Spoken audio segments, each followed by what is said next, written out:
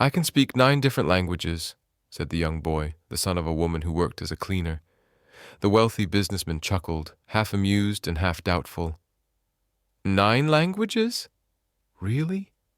His laughter rolled across the luxurious Manhattan penthouse office, deep and dismissive. "Kid, you can hardly string proper sentences together in English." Standing in that grand office was David Johnson, just 14 years old, clutching his worn-out public school backpack. His cheeks burned with embarrassment, but his gaze stayed firm. At his side stood his mother, Grace Johnson, holding her cleaning bucket nervously. She regretted bringing her son along to work that day, worried she had made a mistake. The man behind the marble desk was Hassan al-Mansouri, a 48-year-old business tycoon whose global empire was worth billions. To him, this moment was entertainment, a brief distraction in his busy world. The thought that a teenager from such humble beginnings could claim to know 9 languages seemed ridiculous to him. "David, please," Grace whispered gently, her voice heavy with years of hard work and fear of losing the job that kept her family afloat. "Say sorry to Mr. al-Mansouri," but Hassan waved his hand, grinning. "No, no, don't apologize. This is the most entertaining thing I've heard all week. Tell me, boy, what languages are these?" David inhaled slowly, steadying himself. He already knew the world judged him and his mother before they even opened their mouths. They were labeled because of where they lived, because of his mother's job, because of how they looked. But David wasn't going to back down. "English, Spanish, French, German, Arabic, Mandarin, Russian, Italian, and Portuguese," he replied with confidence. Each word rolled out clearly and fluently. The businessman's smile faltered for a brief second, but he quickly brushed it off. "Nonsense," he said firmly. "Grace, your son is a dreamer. Maybe he should see a counselor instead of pretending to be a genius." Grace lowered her eyes. For 5 years she had endured that office, long hours, low pay, and condescending remarks, but hearing her son being dismissed in such a way hurt far worse than any insult directed at her. "Mom, it's okay," David said gently, touching her arm to reassure her. Hassan leaned back in his leather chair, still amused. He thrived on moments like this, moments where he could feel superior, where he believed he was untouchable. "You know what I think, Grace?" he said smugly. "Your son is just jealous of my executive's children. They go to private schools, travel the world, and he makes up stories to feel important." Before his mother could respond, David spoke again, his voice calm but filled with quiet strength. "Sir, do you speak Arabic?" he asked. Hassan's brow furrowed. "Of course. It's my first language. Then you'll understand me when I say—" David paused, then continued in fluent Arabic. "Al-Hakika." The room went silent. The silence in the room was overwhelming. Hassan's eyes locked onto David, replaying the words he had just heard in flawless classical Arabic. This wasn't the kind of simple vocabulary a tourist might pick up. It was advanced, perfectly structured, and spoken with precision. Grace stood frozen, glancing from her son to Hassan, sensing a sudden shift in the air. She didn't understand what David had just said, but she knew it carried weight. Where did you learn that?" Hassan finally asked, his voice carrying genuine confusion, something he hadn't felt in years. For the first time that day, David allowed himself a small smile. "At the public library, sir. They run free language programs every afternoon." Something unfamiliar tugged at Hassan's chest, surprise, and maybe even the beginning of respect. He quickly pushed it away. "Anyone can memorize a phrase," he said firmly, trying to regain his composure. "That doesn't mean you actually speak the language." "You're right, sir," David answered calmly.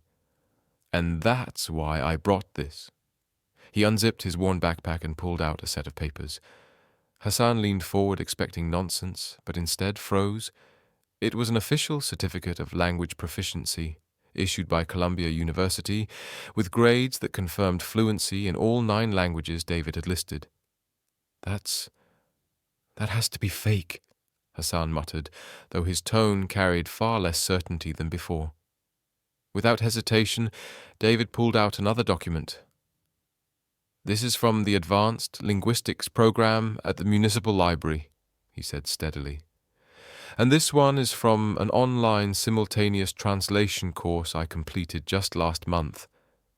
Hassan took the documents with unsteady hands. Each was legitimate, stamped, signed, and verified by well-known institutions. The reality was undeniable. This 14-year-old, the son of his cleaning employee, had achieved something that rivaled the expertise of professional linguists and international diplomats. "How?"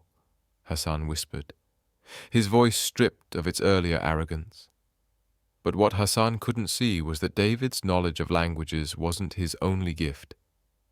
He carried a secret much bigger than words, one that would soon shatter Hassan's entire belief system about intelligence, merit, and the true worth of people. If you want to uncover how a 14-year-old boy managed to outsmart a billionaire and what powerful secret he was still hiding, make sure you're subscribed to this channel, because the story is only just beginning. What Hassan didn't know was that David's visit that day wasn't by accident. For months the boy had been preparing, collecting information, practicing and planning the exact moment to reveal his abilities. This meeting was not just about proving his knowledge. It was about revealing a truth that would force Hassan to see himself in a way he never imagined. Hassan stared at the certificates for what felt like an eternity, desperately hunting for signs of forgery. But the harder he looked, the more his confidence began to crumble, shifting into something he had never expected to feel in that office: fear.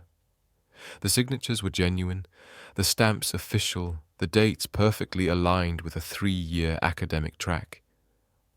"That still doesn't prove anything," Hassan muttered under his breath, more to himself than to David. "Anyone can take online courses." "You're absolutely right, sir," David replied with a calmness that only unsettled Hassan further. "That's why I brought this." David pulled a tablet from his backpack and tapped open a video call app. Within moments, the screen lit up with the face of an Asian woman seated in an academic office. "Professor Chin," David said in flawless Mandarin, "could you confirm for Mr. Al-Mansouri how I performed in your business translation course?" The professor responded rapidly in Mandarin, the cadence and tone flowing naturally. Hassan didn't understand a word, but he couldn't ignore the complexity of the conversation, the confidence, the speed, the accuracy. David wasn't reciting phrases. He was speaking as though he lived in the language. Then the professor shifted to English. "Mr. Al-Mansouri, David has been the most exceptional student I've had in 15 years of teaching. At just 14, he speaks Mandarin at the level of a native from Beijing. He is extraordinary."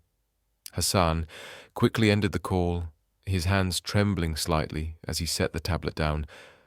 "Grace," he said, his voice softer than she'd ever heard. "Did you know about this?" Grace shook her head, still trying to take it all in.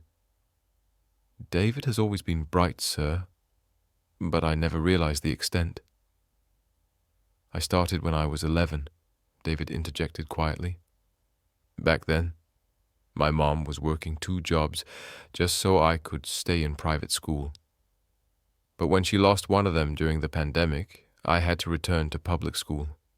Classes there were too easy, so I decided to use my free time to learn something meaningful." A knot tightened in Hassan's stomach.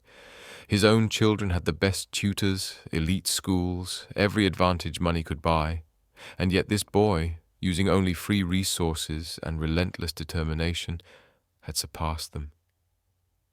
"But why languages?" Hassan asked, this time with genuine curiosity rather than mockery. "Because I wanted to understand the world," David answered simply. "And because I learned that when you speak to someone in their own language, they stop seeing you as an outsider. They start seeing you as a person. The words hit Hassan harder than he expected. For years he had used cultural differences as a shield, an excuse to keep distance from his American employees. Deep down, he knew it hadn't been culture, it had been pride. "David," Hassan said slowly, "you're 14 years old. This shouldn't be possible." David smiled for the first time since entering the office. "The impossible is just something possible that hasn't happened yet." For the first time in 5 years, Hassan looked at Grace, not as his employee, but as a mother who had raised a remarkable child while working long, difficult hours. He finally saw her sacrifice, her strength. "David," Hassan said again, his tone shifting, "why did you really come here today? You know your mother could lose her job because of this?" David glanced at his mother, and she gave a small, approving nod. "Because yesterday, sir," David said calmly, "I overheard your phone call. You were speaking in Arabic with Middle Eastern investors, but you made mistakes. Mistakes that could cost your company millions." Hassan's face went pale. His voice wavered. "What kind of mistakes?" Это видео создано исключительно в образовательных и информационных целях. Представленная в нем информация сгенерирована с помощью искусственного интеллекта ИИ. Она не является медицинской консультацией или заменой лечения. Для получения точной информации о состоянии здоровья всегда обращайтесь к квалифицированному врачу.